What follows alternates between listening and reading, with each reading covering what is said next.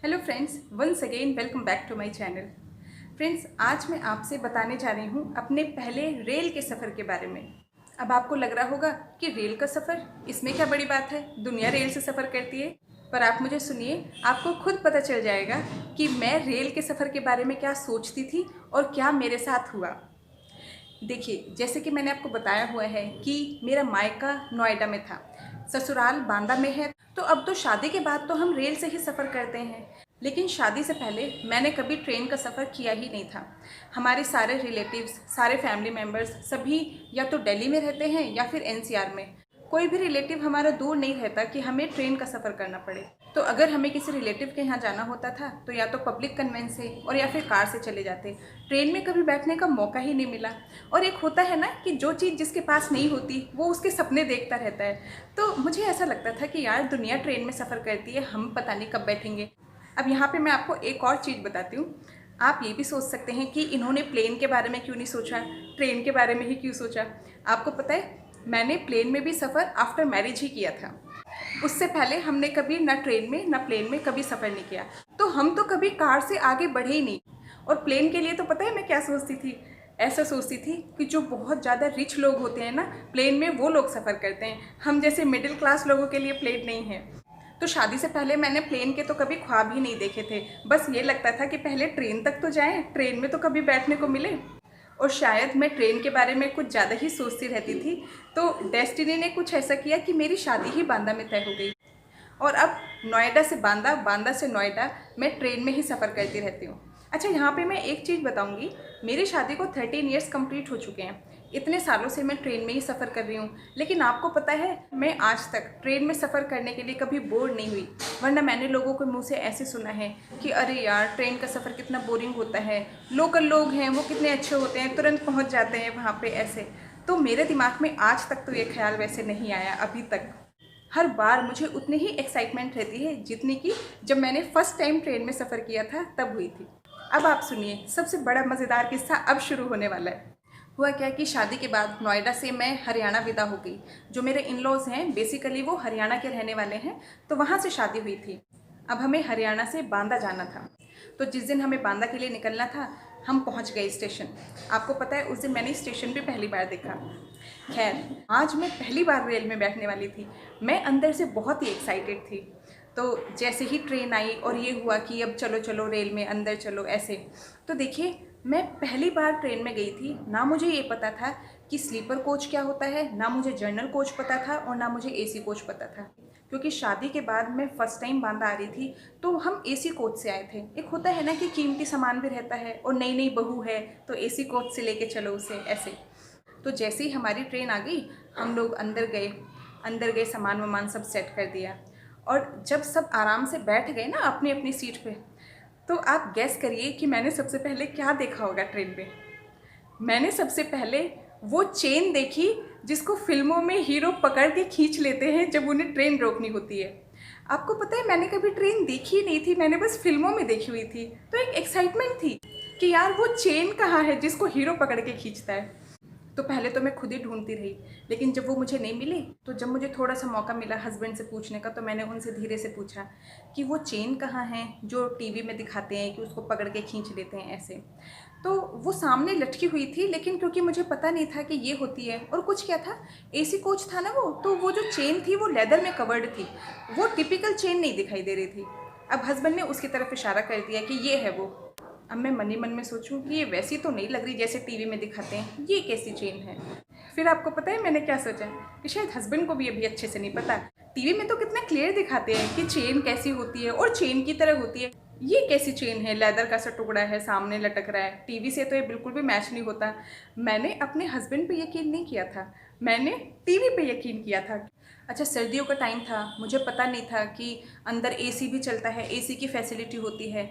मैंने फ़ैन देखा जब, तो ये लगा कि अरे फ़ैन लगा हुआ है, इसमें तो गर्मी लगती होगी ऐसे। और मुझे नहीं पता था कि हम एसी कोच में बैठे हैं तो उसमें अब थोड़ी देर में हीटर चलने वाला है, ये फैसिलिटी भी है इसमें। खैर, मैं लाइट्स देख रही थी और ये सोच रही थी कि ओहो, ट्रेन में कितनी फैसिलिटी है ऐसे। और पर्दे भी देखे मैंने, तो मैं ये सोची थी इन पर्दों का भला क्या यूज़ है, पर्दे क्यों लगा रखे हैं, क्योंकि जो टीवी में हम सीन्स देखते हैं उनमें पर्दे वगैरह नहीं दिखाते। अब मैं तो हर चीज़ टीवी से ही कंपेयर किए जा रही थी कि टीवी में तो पर्दे नहीं दिखाते, इसमें तो पर्दे भी लगे हैं। ओहो देखो तो सही, पर्दे वाली ट्रेन, ऐसे लग रहा था मुझे। खैर अब उसके बाद मैं आपको बताती हूँ कि जब हम लोगों ने डिनर करना शुरू किया, जैसे ही ट्रेन चली तो जो मेरी मदर इन लॉ हैं उन्होंने बोला कि देखो 8:30 बज रहे हैं, चलो खाना शुरू किया जाए, फिर लेटेंगे, थके हुए हैं सभी। ऐसे देखिए हम लोगों ने अपने मायके में सिर्फ हरिद्वार तक की यात्रा करी हुई थी, हम सिर्फ हरिद्वार तक जाते थे, इसके आगे हम कभी नहीं गए। हम अपने खाने में सिर्फ पूड़ी और सब्जी और एक पानी की बोतल, इससे ज़्यादा कभी कुछ नहीं लेके गए। ठीक है, तो मैं वैसा ही कुछ एक्सपेक्ट करी थी कि यहाँ भी कुछ ऐसा ही होगा कि सफ़र ही तो है, सफ़र ही तो काटना है। अब यहाँ की पिक्चर कुछ और ही होने वाली थी। सुनिए आप, मम्मी जी ने सबसे पहले खाने वाला बैग अलग ही बना रखा था, तो ऐसे बोली हस्बैंड से कि लाओ वो खाने वाला बैग दो। तो सबसे पहले तो मैंने ये सोचा कि खाने का भी अलग बैग बनाते हैं क्या, खाना तो किसी भी बैग में एडजस्ट हो जाता। खैर मैं सब देखती जा रही थी, ये सब मेरे लिए नया था। मम्मी जी ने उस खाने वाले बैग में से एक मैकिन्टॉश शीट निकाली। तो सबसे पहले तो मैंने उसे देख के ये सोचा कि मैकिन्टॉश शीट यहाँ ट्रेन में क्या ज़रूरत थी, ऐसे ही कोई न्यूज़पेपर वगैरह बिछा लेते। पर खैर नहीं, मैकिन्टॉश शीट निकली। उसके बाद उन्होंने प्लेट्स निकाली, सबको एक एक प्लेट दी, हम जितने भी लोग थे ना।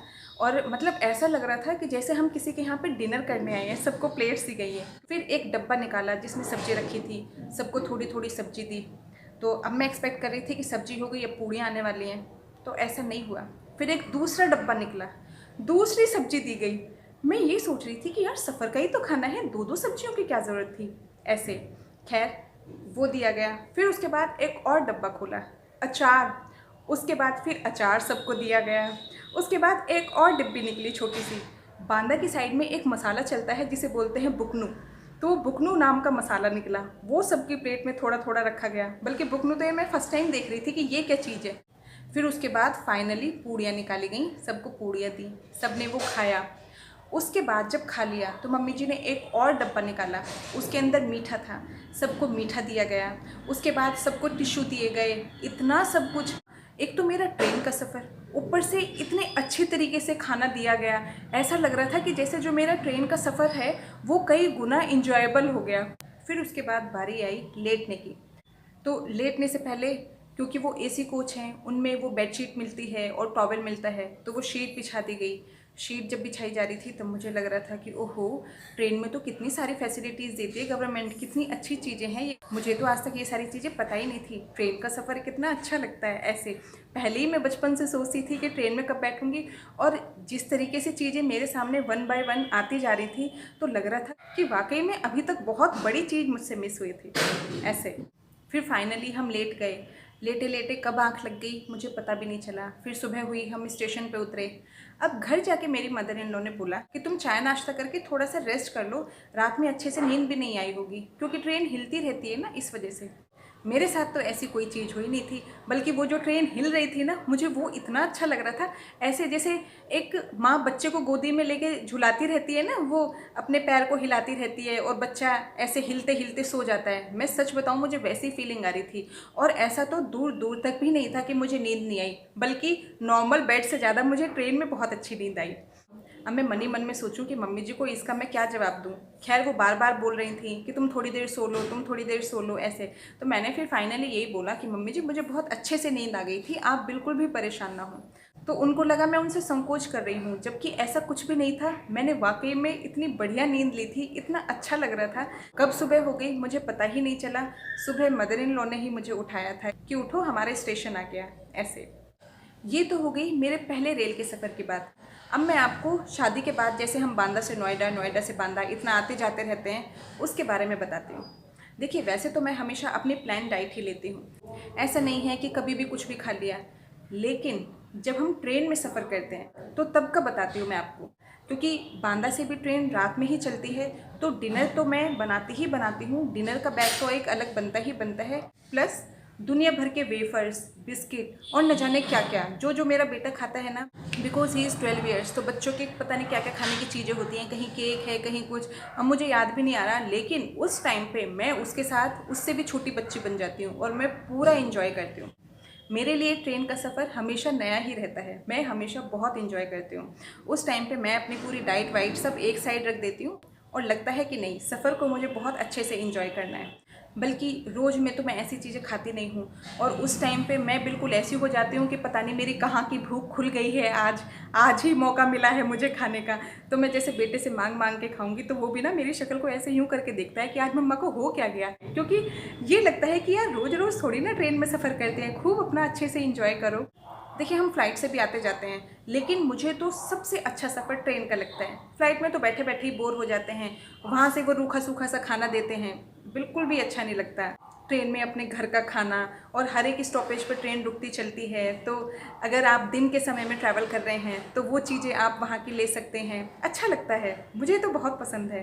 तो यही थी मेरी रेल की सफ़र की स्टोरी। आई होप जैसे मैंने आपको बताने में इसे इंजॉय किया, आपने भी इसे सुनने में उतना ही इंजॉय किया होगा। अगर आपको ये मेरी वीडियो अच्छी लगी हो तो वीडियो को लाइक ज़रूर करिएगा, चैनल को सब्सक्राइब करिएगा। मिलते हैं नेक्स्ट वीडियो में एक नए टॉपिक के साथ। टिल देन बाय बाय, अपना ख्याल रखिएगा।